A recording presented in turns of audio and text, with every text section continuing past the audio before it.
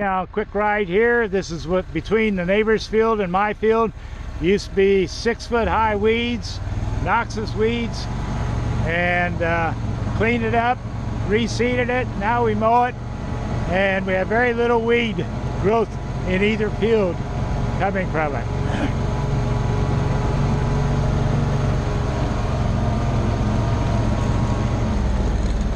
6 years ago, you couldn't walk through this woods. Brush, weeds, poison ivy, 20, 30 logs were down from 50, 100 years of living. Trash piles from 50, 60 years ago, from when people dumped their trash in the woods. It was a mess. Now we walk through it. I'll show you how to do it, take you a little view of it. This we haven't seeded. We let it seed naturally.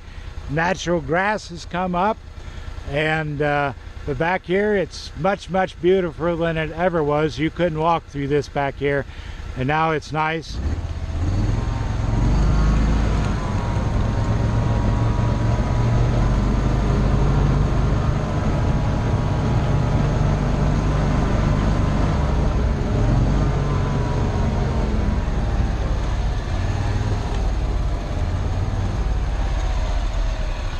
There's a souvenir from our railroad track work, and I just kept it here to just remind me of how much work it took to do that railroad track.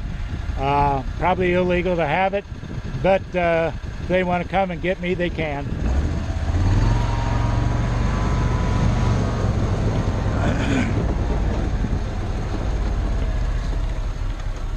Now here you can see how nice this is. And to do this, again, you start after late winter. Pick yourself a 100-foot section by 100 foot or 100 by 200, and you just start step one, spraying the poison ivy away. It might take 2 or 3 sprays before you can work it without getting it, but then you start clearing the shrubs, the brush, the logs, the old trash piles, and you do one section at a time, and you move over to the next section. Also, when you start spraying for your poison ivy, go ahead and start spraying around your trees about 18-inch, and that will be when you start mowing it like this. You won't be banging your tree bark with your mower. There's too many trees here to use to mow right by. So 18 inches around a tree.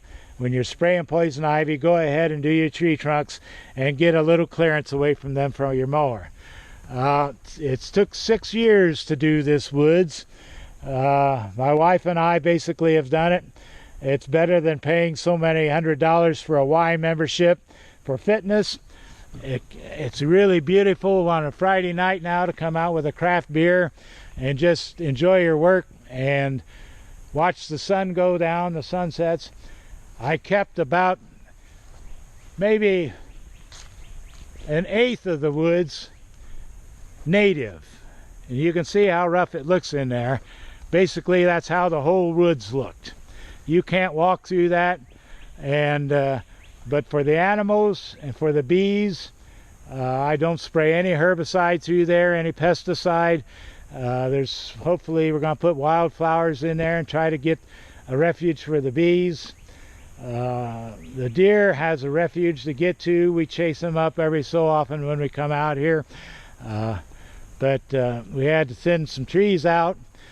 You may have a fire department that won't let you burn your brush piles. Most area volunteer fire departments allow you to have controlled burns. If they don't, we have dug holes to put trash in and bury it here with a backhoe and shoved them in. But you can just see what, again, all this takes work and effort. And you wonder why you're doing it when you're doing it. But I think you can see now why you do it. This is so nice. And someday I told my son he could rent 5-6 spaces out here every weekend with the pond he has and the building with the restroom and showers up there.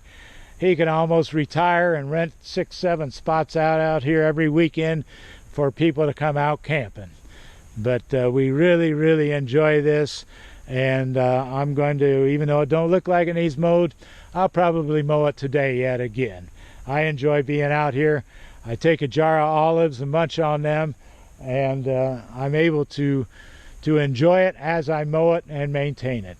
But you can see what work and effort is. Again, start with getting rid of your poison ivy. You got to deal with your old dead logs down. You just take your time, cut them up, and go section by section. And after 6 years, you can see what my wife and I did.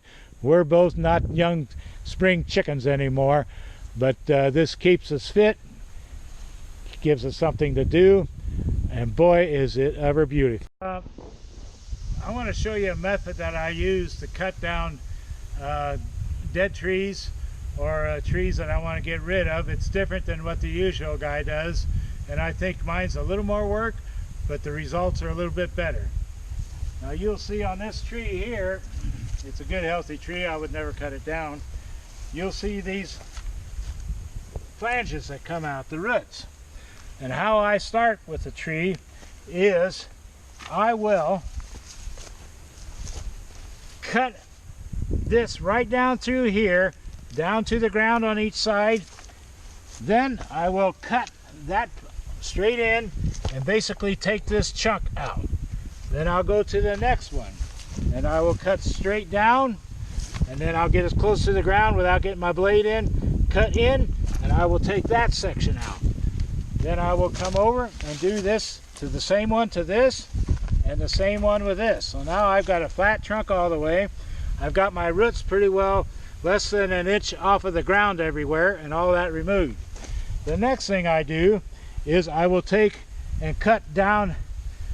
Basically, I would start about here and cut clear down to ground level, a V in there. Then I would come over here, cut a V down into the ground all the way to ground level, and I do that all the way around the tree. Then after that, this is the tricky part, because usually, you know, I would say you can look up at that tree with the wind and everything, you would pretty well bet it's going to fall right that way. You cut enough trees, a good guy with a saw will know that. So I have all these V's cut out, and wherever I would keep doing that until I get to the center. Keep cutting them V's all the way around down to ground level. Eventually you're going to hear a little crack, and that's when you want to start being careful. I always have 2 saws with me, and when we get to that crack, then I go down and start cutting through the tree. And again, you got to guess which way you're going. 2 saws with you, because if you guess wrong and you're cutting like that, all of a sudden you got a saw that's pinched in there and you're dead in the water. So you get your other saw and you go to the other side and you attack it there. But when this tree falls, basically you'll have some splinters come up where it breaks away, like always, but it'll be basically pretty close to ground level.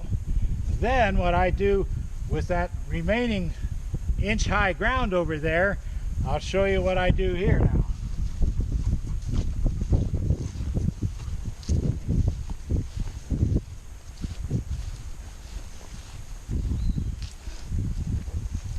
I will take my saw, oh, this is a few years old here, and I will make these lines like this all the way through. Then I'll come over to this side and I'll make these lines all the way through. You can see kind of the cubes. Then I will get as close to the ground as I can, and I'll start cutting them cubes off. And you can see that that's pretty good. I mow out here 3.5 inches high, and that is probably 2 inches of clearance there on 3. So that's how I do it without getting a stump grinder out here and doing all that. And if you do that to start it, you don't have a trunk cut off that high like everybody else does, and then you don't have the weight of it pulling itself over, and you got a battle on your hands to get rid of that trunk. So again, I start by getting rid of them outshoots, squaring them off at the ground. Then I start going into the tree at angles all the way around it, and then I cut them out, and eventually I've just got a tapered piece holding the middle of that tree up. And then that's when I go in with my saw and cut right off at that low level and listen for that first crack and get ready to run. Because you never know what happens on a tree You don't sit there and watch it come down. You get the heck away from it. And I've had great luck, and I've done most of my trees out here that I've dead ones in that manner. And so that's how you cut a tree down. And when you walk away, you don't have to worry about a stump grinder. Now, so you bring dirt over here for a couple inches and you'll get grass growing over this. I'm not that ambitious out in this big woods, but so that's the cutting technique that I use. I use it in my front lawn when I've cut those trees down. You can get down low enough where I was lucky enough to bring enough dirt in, a couple inches, and the grass grew right over it. But when I see people trimming trees back in a yard and they got that foot high, 2 foot high trunk, I'm just saying, for just a few more minutes of work, you could have had that down to ground level and you can mow right over instead of around it. So that's the method I use. It's a dangerous business. I used to go up on extension ladders and cut limbs down I didn't like. Judy's experienced a limb or two that's came down on her. I've got a big oak over there. If it's a dead tree, I don't mess with limbs or cutting underneath dead trees, even with a hard hat. Them limbs are big enough that it'll go right through a hard hat on you. So I let Mother Nature. It may take 5 years, 10 years for them limbs to come down, but it beats taking a chance of having one come down on you. So that's my tree cutting technique.